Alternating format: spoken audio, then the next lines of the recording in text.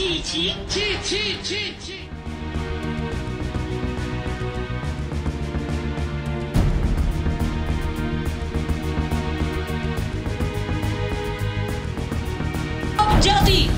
একসাথে আসুন, মিলিত হয়ে বলি নো ক্যাপ নো কাকা।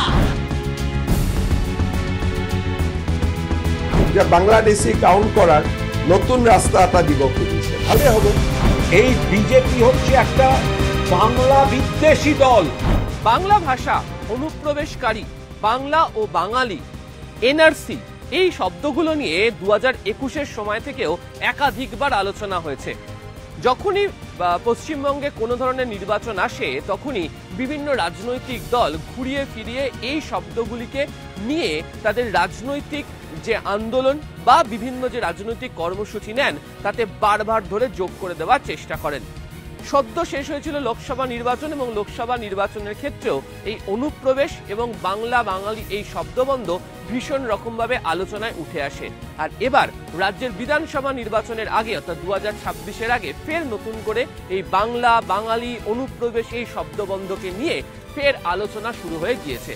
আর এই আলোচনা শুরু হয়ে যাওয়ার কারণ হচ্ছে প্রায় প্রত্যেক দিনই এই রাজ্যের বিভিন্ন পরিযায়ী যারা শ্রমিক তারা বিভিন্ন বিজেপি শাসিত রাজ্যে তারা হেনস্থার শিকার হচ্ছেন, এমনটাই অভিযোগ রাজ্যের শাসক দল তৃণমূল কংগ্রেসের। বিজেপি সরকার তারা অত্যাচার চালাচ্ছেন, মানসিক নির্যাতন চালাচ্ছেন, ভয়ের বাতাবরণ তৈরি করবার চেষ্টা করছেন বাঙালিদের মনে।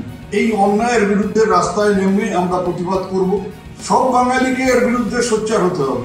তাদের পরিষ্কার অভিযোগের যে জায়গা যে কেন্দ্রের সরকার এই বিষয়ে হস্তক্ষেপ করছে না, তাদের অভিযোগ যে বারবার ধরে তৃণমূল কংগ্রেসের তরফ থেকে বা এই রাজ্য প্রশাসনের তরফ থেকে আবেদন করা হলো কোনো ধরনের ব্যবস্থা এখনো পর্যন্ত সেই রাজ্যগুলোকে এবং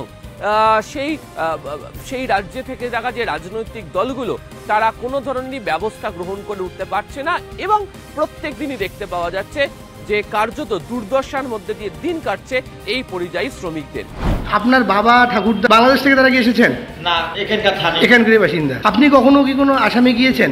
না, কোনোদিন যাইনি, আমি আসাম দেখিয়ে নেই। তো এই আবহের মধ্যে দাঁড়িয়ে কখনো মধ্যপ্রদেশ, কখনো উড়িষ্যা, কখনো উত্তরপ্রদেশ, কখনো দিল্লির মতো ঘটনা যাকে ঘিরে জোরদার রাজনৈতিক তরজা শুরু হয়ে গিয়েছে। এরই মাঝে অবশ্য দেখতে পাওয়া গেল আসামের মুখ্যমন্ত্রী হিমন্ত বিশ্ব শর্মার একটি বক্তব্য। তুমি যদি ঘৰত অসমীয়াত কথাই নোকোৱা তুমি মিছা কথা কিয় পঞ্জীয়নত দিবা? তুমি ঘৰতো অসমীয়া ভাষা সঁচাকৈয়ে নোকোৱা, কি ভাষা কয়তো আমি টিভিত শুনিয়ে আছো। গতিকে যদি ঘৰত তুমি বঙালী ভাষাত কথা পাতা, তুমি পঞ্জীয়নত অসমীয়া ভাষাত কথা পাতা বুলি মিছা তথ্য কিয় দিবা? ই কি বুজাব যে তাৰমানে অসমত ইমান বাংলাদেশী সোমালে গন্তি কৰিব আমাক সুবিধাই দিয়া হ'ব, তেতিয়া এনআৰচিৰ প্ৰয়োজনে নহ'ব, বাংলাদেশী আমি গন্তিয়ে কৰিব পাৰিম। গতিকে মোক যদি সুবিধা কৰি দিয়ক। মই ধন্যবাদ জনাইছোঁ ABMCক যে বাংলাদেশী কাউন্ট কৰাৰ নতুন ৰাস্তা এটা দিব খুজিছে, ভালে হ'ব। গতিকে এইবিলাক ভয় বিজেপি চৰকাৰে নাখায়, হিমন্ত বিশ্ব শৰ্মাই নাখায়। এভিকশন চলি আছে, চলিব। হিমন্ত বিশ্ব শর্মা যেটা কথা বলতে চেয়েছেন তিনি তার বক্তব্যের মধ্যে যেটা উল্লেখ করেছেন তাকে ঘিরে ফের এই রাজ্যের শাসক দল তৃণমূল কংগ্রেস সুর চড়াতে শুরু করেছিল। হিমন্ত বিশ্ব শর্মা যেভাবে এই কথাটা বললেন যে যারা বলবেন মাতৃভাষা বাংলা আমাদের বিদেশি চিহ্নিত করতে সুবিধা হবে, এদের ক্ষমা চাওয়া উচিত, আসামের মুখ্যমন্ত্রী দুঃখ প্রকাশ করা উচিত। আর বাংলাদেশের সঙ্গে যদি গোলাতে চান তাহলে সীমান্তটা আপনারা পাহারা দেন, আপনাদের অমিত শাহের BSF এর পাহারা দেওয়ার কথা। আপনাদের মধ্যে বাংলার প্রতি কতটা ঘৃণা, কতটা দেশ, সেটা হিমন্ত বিশ্ব শর্মার এই কুৎসিততম মন্তব্য। এই বাংলায় যে নেতারা রয়েছেন তাদের উচিত হাত জোড় করে বাঙালিদের, বাংলা ভাষীদের কাছে ক্ষমা চাওয়া, অসমের মুখ্যমন্ত্রীর উচিত দুঃখ প্রকাশ করা। যদিও এই ঘটনার আগের একটা প্রেক্ষিত রয়েছে যেখানে কোচবিহারের বাসিন্দা উত্তম কুমার ব্রজবাসী তিনি আসামে তাকে আদালতের তরফ থেকে ফরেনার্স ট্রাইব্যুনালের তরফ থেকে ডেকে পাঠানো হয়, নোটিশ পাঠানো হয় এবং বলা হচ্ছে যে তিনি আসলে আসামের বাসিন্দা, এই রাজ্যের নয় এবং তার কাছে যে ধরনের বৈধ নাগরিক হওয়ার জন্য যে ধরনের কাগজপত্র থাকা দরকার তা নেই, তাকে সেই কাগজপত্র নিয়ে যেতে হবে। যদি তিনি দেখাতে পারেন তাহলে মেনে নেওয়া হবে তিনি নাগরিক এই দেশের, নয়তো তিনি নন। আর এই খবর সামনে আসার পরই অভিযোগ উঠতে শুরু করে তাহলে কি কোথাও ঘুরিয়ে এনআরসির প্রসঙ্গকে সামনে রাখা হচ্ছে। এবং আপনারা জানেন যে 2019-এর লোকসভা হোক, 2021-এর বিধানসভা হোক, 2024-এর লোকসভা হোক, মাঝের পঞ্চায়েত নির্বাচনগুলিতেও এই রাজ্যের সীমান্তবর্তী বিভিন্ন গ্রামগুলিতে এই এনআরসি শব্দবন্ধ নিয়ে আলোচনা হয়েছে। বা কেন্দ্রের তরফ থেকে বিভিন্ন অমিত শাহ থেকে শুরু করে বিভিন্ন যারা নেতারা রয়েছেন তারা যখন সভা করতে এসছেন তারাও এই এনআরসি শব্দবন্ধের প্রতি জোর দিয়েছেন। এমনকি এনআরসি সিএ নিয়ে কেন্দ্রীয় সরকারের যে অবস্থান তা নিয়েও এই রাজ্যের শাসক দল তৃণমূল কংগ্রেসের তরফ থেকে বেশ কয়েকবার আক্রমণ শানানো হয়েছে।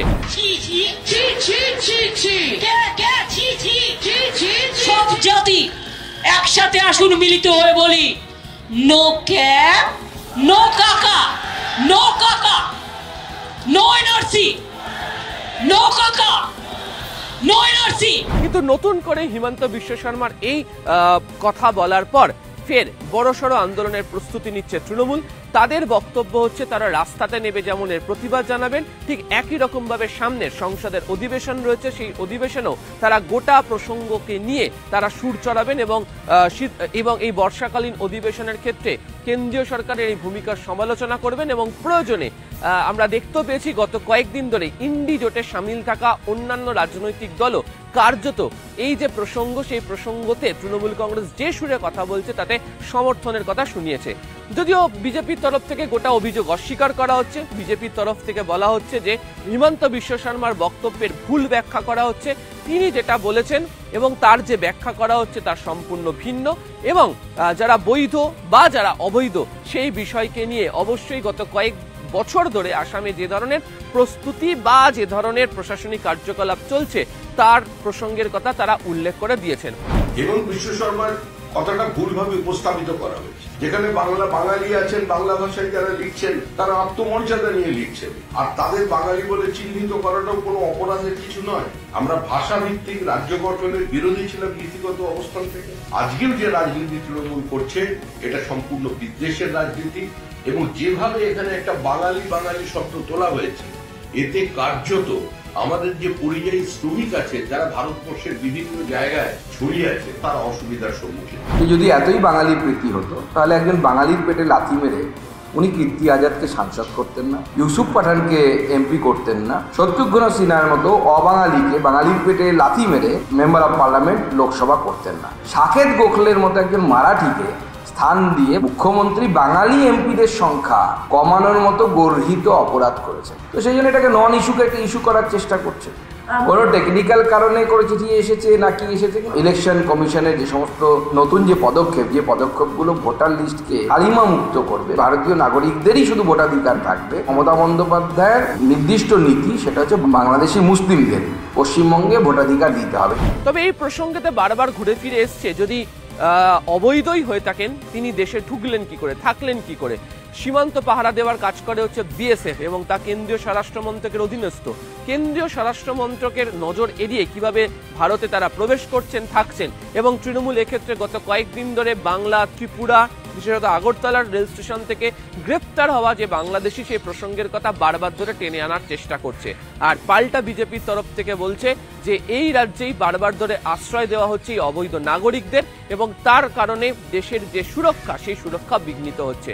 ফলে সব মিলিয়ে ফের নতুন করে রাজনৈতিক চর্চার মাঝে দাঁড়িয়ে এই এনআরসি, অনুপ্রবেশ, বাঙালি শব্দবন্ধ আসতে শুরু করেছে। তবে যেভাবে পরিযায়ী শ্রমিকদের হেনস্থার প্রসঙ্গ বিভিন্ন বিজেপি শাসিত রাজ্যগুলিতে বারবার ধরে উঠে এসছে, শুনতে পাওয়া গিয়েছে, সেই প্রসঙ্গের মধ্যে দাঁড়িয়ে এই হিমন্ত বিশ্ব শর্মার বক্তব্য অনেকেই বলছেন নতুন করে রাজনৈতিক ইস্যু।